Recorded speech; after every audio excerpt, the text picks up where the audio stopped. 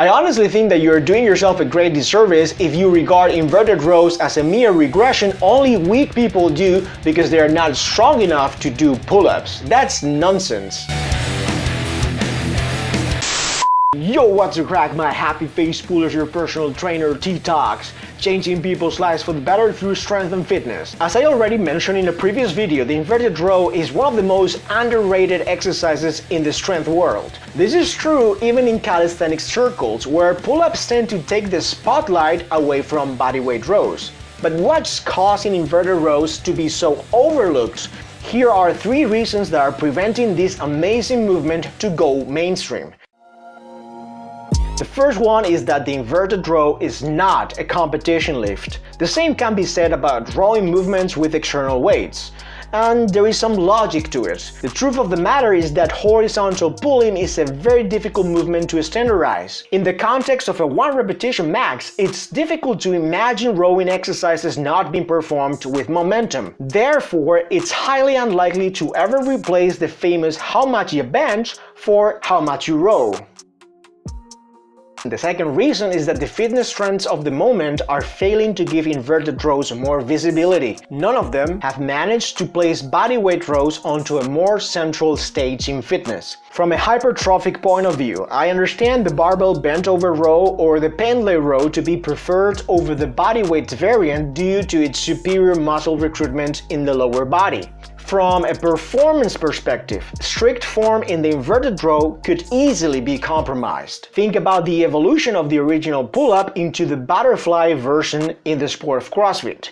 The former is a test of relative upper body strength, whereas the latter serves the purpose of bringing the chin above the bar using the least amount of energy.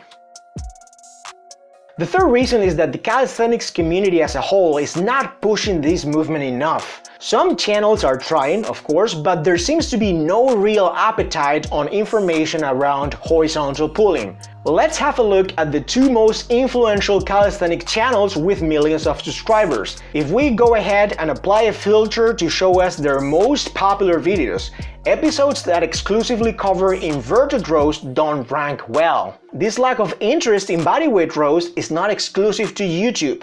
The same thing happens on Instagram. Even to this day, it's very unusual to see people doing inverted rows in calisthenics parks. This is because of the unfounded misconception that inverted rows are a mere regression of a pull-up, when in reality bodyweight rows should have a category of its own due to its unique characteristics. We are looking at an exercise that overloads a pull movement in a horizontal direction as opposed to a vertical one. Alright, that's great, but why should I listen to you? I mean, you only have like a few hundred subscribers here on YouTube. You're a no one. Fair point. If you need someone with more street cred on the topic, listen to what Sven from Calisthenic Movement recently posted on Instagram. Quote, "They see me rowing, they hating.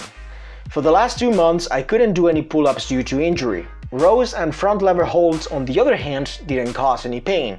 Today I did my first pull-up training after these 2 months.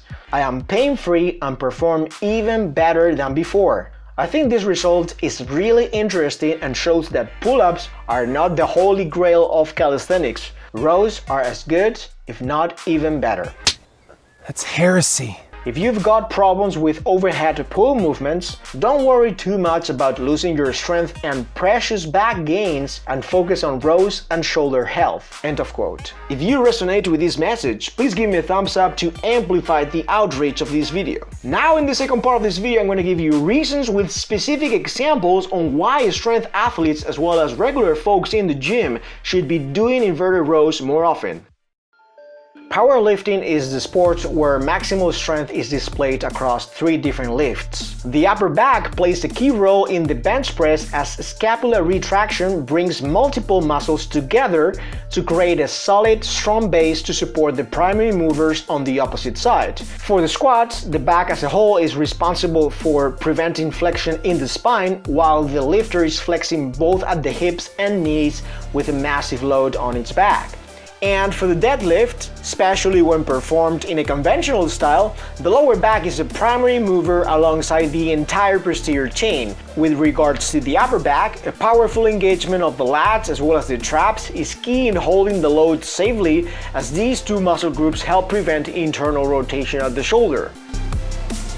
Yeah, I got it. The back is key in these sports, but that doesn't explain why I should do inverted rows as opposed to, let's say, barbell rows. The reason to use the bodyweight row is a better stimulus to fatigue ratio as accessory to develop your back muscles because there is no hinge at the hip. If you ever go through a training mesocycle that prioritizes the deadlift, you are immediately going to notice that this phase is going to put extra burden on your lower back as well as your CNS. Why would you want to punish your spinal erectors even more with traditional rowing movements that require hip flexion? Replacing the barbell row for inverted rows is a smart way to include accessory work for the upper back in a horizontal pulling capacity. Granted, seal rows could accomplish the same goal, but you require specific setup to perform this variation if you don't have the right equipment. From a practical and time efficiency point of view, inverted rows are easier and more convenient.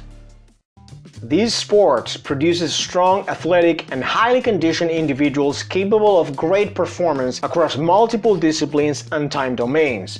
However, I am going to make an argument that CrossFit continues to be deficient in horizontal pulling movements. This is not to say that CrossFitters don't have strong backs though. They do because of the great emphasis CrossFit places on both gymnastic movements as well as Olympic lifts. The closest thing to a horizontal row with elbow flexion has been the rowing machine, but as you can imagine, it's difficult to overload this movement. Therefore, it's down to the coaches working on the field to have athletes do horizontal pulling. Many of them do, and that's great. However, I still think that Dave Castro has some work to do in bringing the rowing movement to the big stage of the CrossFit Games. Get millions of eyeballs on rowing, which will then result in more people including horizontal pulling into their training.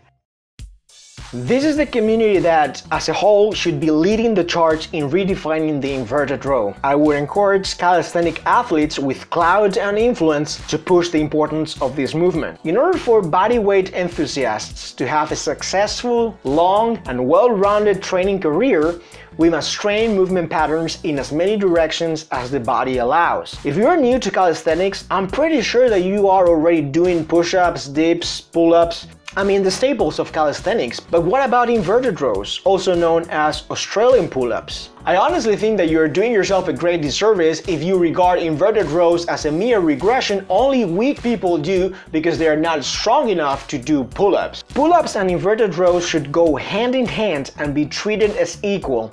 Both are excellent for back development, but the muscle stimulation is slightly different.